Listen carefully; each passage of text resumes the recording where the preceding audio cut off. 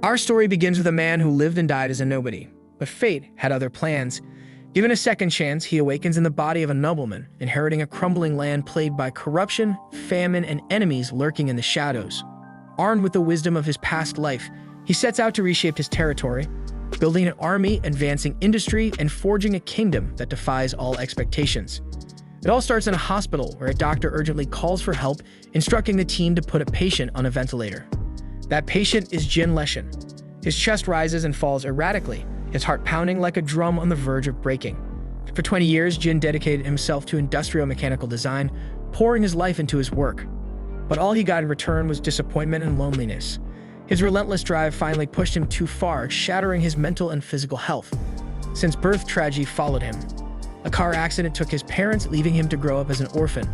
Still, he fought through every hardship, holding onto the hope that one day life would reward his perseverance. But that day never came. After graduating, Jin managed to land a low-paying job that barely covered his expenses for the next 20 years.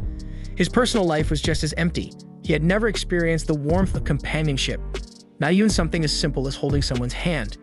Now it seemed his lonely journey was reaching its end. "Jin, can you hear me?" A familiar voice, filled with concern, broke through the chaos. His closest friend was desperately trying to keep him from slipping away. But as Jin lay there, he couldn't help but wonder, had his life ever truly meant anything? Was there any purpose to all the years he had struggled through? Overwhelmed by exhaustion, a single thought crossed his mind. Maybe I'll just rest for a little while. When he opened his eyes again, everything had changed. He was no longer in a hospital room, but in a place unlike anything he had ever seen. Lavish silk curtains draped the walls and dazzling crystal lights illuminated the space. The sheer luxury of his surroundings made him panic. Had he somehow spent his entire life savings on an extravagant hospital suite? Before he could make sense of it all, a glowing notification appeared before him. "Welcome to the magical continent of Eldera." A shock ran through him. Could this really be happening? Was he inside one of those Isekai stories he had only read about in fiction? In his unfamiliar world, Jin soon realized he was no longer himself. He had become someone else entirely. Now known as Reen, he struggled to make sense of his new reality, but clear answers remained out of reach. Days passed, and Reen found himself living in what felt like a dream. Servants attended to his every need, and luxury surrounded him at every turn. As he adjusted to this strange yet comfortable life, he gradually uncovered the truth. He had truly died and been reborn as Reen Edgar, the third son of Duke Aldarian Edgar. Unlike his past life of isolation, Reen now had a loving family. His older sister, always looking out for him, placed a feast in front of him, insisting, "Eat well, little brother. You're growing and you shouldn't go hungry." His brother, equally caring, handed him a shimmering vial, explaining, "This is magic water. It boosts magical power. I paid a high price for it." Even their mother showed her affection by gifting him a finely crafted shirt she had sewn herself, urging him to try it on. As the youngest and most cherished member of the family, Reen lived in unparalleled comfort. Yet beneath the warmth of his new home, he couldn't shake the feeling that he didn't belong. Why had he been given this second chance? Why was he suddenly surrounded by such love and privilege? To calm his lingering doubts, he convinced himself perhaps this was fate's way of making up for the hardships of his past life. The world of Eldera was nothing short of extraordinary, where magic served as the foundation of daily life, powering everything from transportation to infrastructure.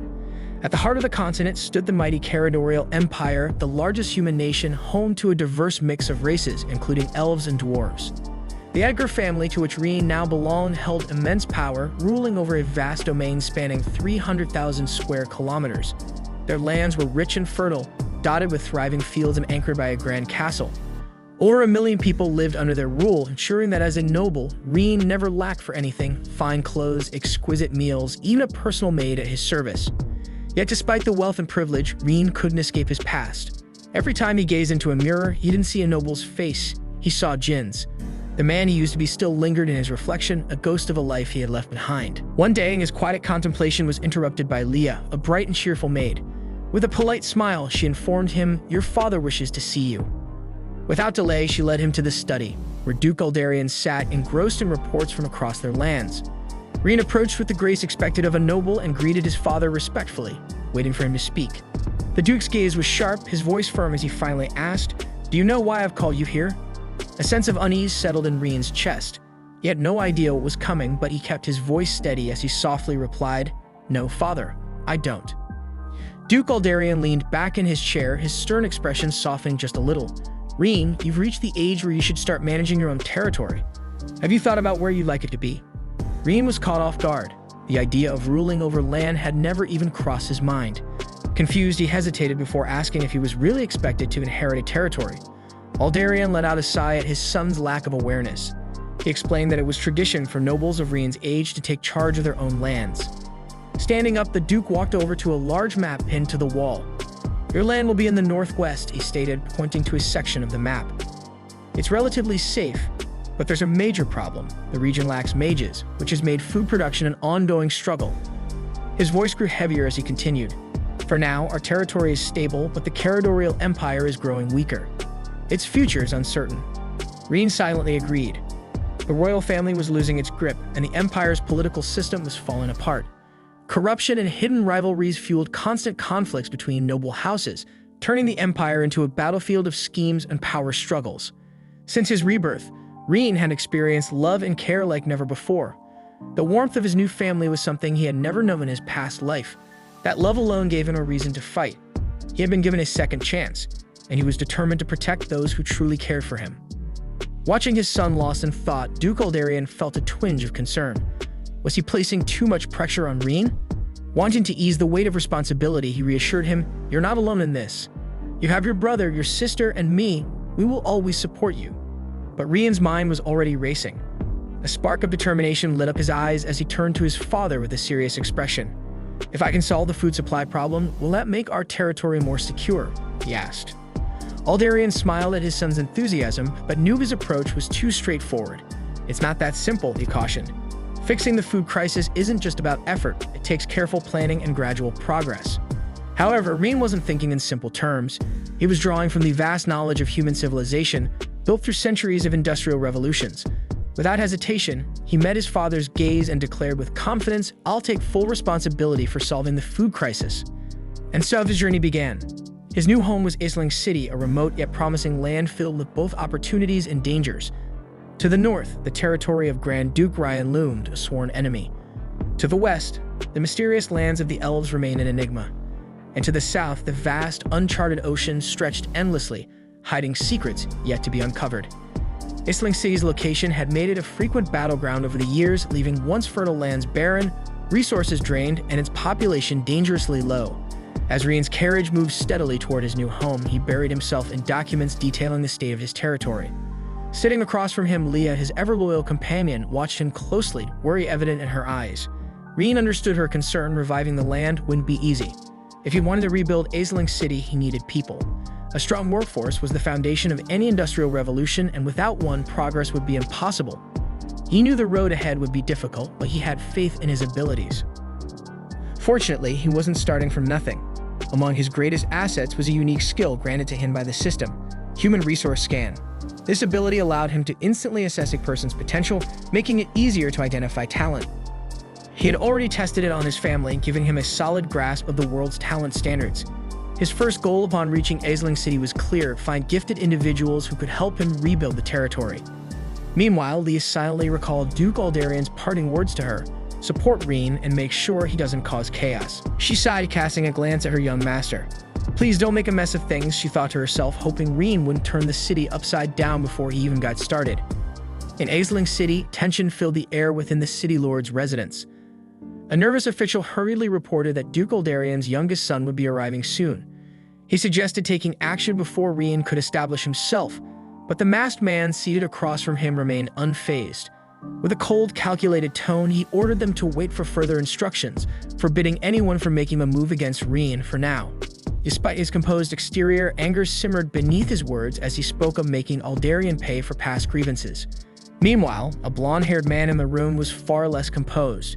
He anxiously fidgeted, his mind consumed with worry over falsified financial records and the large sums of tax money he had embezzled. The masked man, however, merely chuckled. "Reen? He's just a clueless noble brat. He won't even think to check the books," he sneered. In his mind, all they had to do was hand the young lord a stack of meaningless documents, and he'd be none the wiser. Reluctantly, the blonde-haired man accepted the plan and left to prepare for Reen's arrival. Meanwhile, Reen's carriage neared the outskirts of Aisling City. Peering out the window, he took in the sight before him: barren fields, abandoned farmlands, and a land left to wither. Rain's expression grew serious as he took in the sight before him. He turned to Leah and asked for a map, studying the layout of the land with keen interest. His eyes lingered on the river to the west and the harbor to the south. An idea sparked in his mind. If he could dredge the river and construct a canal connecting it to the sea, it could revitalize the region, bringing trade and prosperity back to Aisling City. Before he could dwell further on his plan, a desperate cry shattered his focus. A young girl knelt in the dirt, clutching the leg of a man, most likely her father, who seemed determined to head toward a gambling den. Tears streamed down her face as she begged him not to waste their last bit of money. "Please, father. This is for mother's medicine. If you lose it, she'll die." Her voice trembled with fear and desperation. But the man, consumed by greed, refused to listen. His face twisted with frustration as he shouted at her to let go, fully convinced that luck would turn in his favor. When the girl refused to release him, his patience snapped. He raised his hand, ready to strike her. Before his hand could come down, Rian moved. With a swift punch, he sent the man crashing to the ground. Pain shot through Rian's fists and he winced. This was, after all, the first time he had ever thrown a punch. But the burning anger in his eyes made it clear he had no regrets. Leah quickly ran to Rian, her face full of worry. She sighed and said, "Next time you decide to hit someone, at least tell me first so I can bring something to protect you." Rian laughed and shook his head. "I didn't plan it.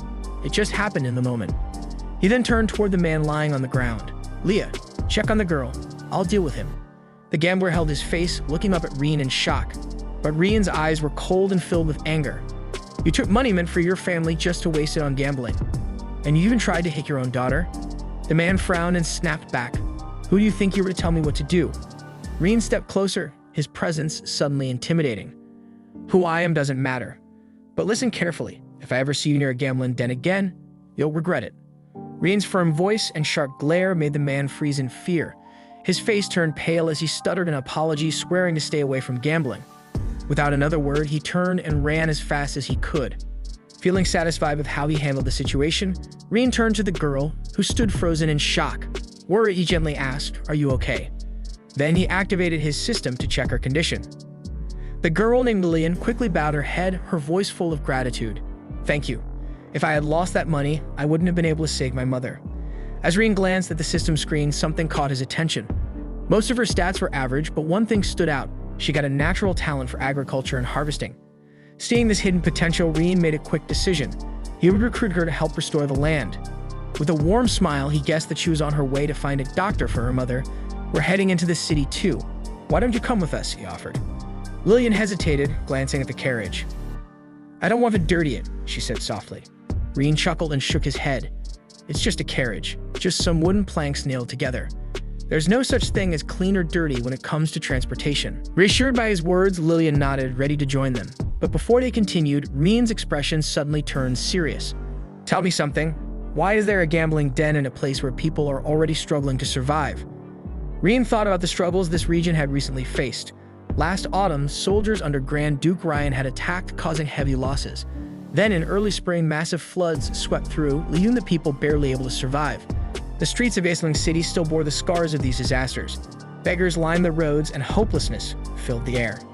As Rian walked through the ruined city, he realized that before anything else, he needed to take a proper population count to see how many people were still able to work.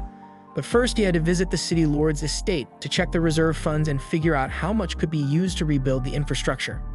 Turning to Lillian, he asked, "Do you know where the city lord's estate is?" Before she could answer, a loud shout cut through the air. A blonde-haired man on horseback charged down the street, yelling for people to move aside. He didn't seem to care about the chaos he was causing, his reckless riding putting others at risk. Leah acted quickly, grabbing Rian and pulling him out of the way just in time to avoid the galloping horse. The rider didn't even glance back, disappearing into the distance without a second thought about the trouble he had left behind. Leah, however, wasn't as calm. She glared at the disappearing rider, her anger burning. To her, anyone who dared put Rian in danger deserved the harshest punishment. Still gripping Rian protectively, she didn't realize how tightly she was holding him until he struggled to breathe. "Leah, I need air," he gasped. Startled, she quickly let go, apologizing and asking if he was hurt. Rian chuckled, shaking his head. "I'm fine. Thanks for reacting so fast." But his expression soon turned serious again as he turned to Lillian. "Do you know who that rider was?" Lillian trembled slightly as she answered. "That was the young master of the Edelman family. They control all the gambling dens in Aisling City. That's where their wealth comes from." Rian's eyes lit up with interest. A rich family running gambling dens, that could be an opportunity. If they had money, perhaps he could find a way to use it for his plans. Without hesitation, he asked Lillian to take him to one of their gambling dens. She immediately protested, worried he would end up losing all his money. But Reem remained calm and confident. "Don't worry," he assured her. "I won't be the one losing today." Lillian watched him carefully. There was something different about this noble young man.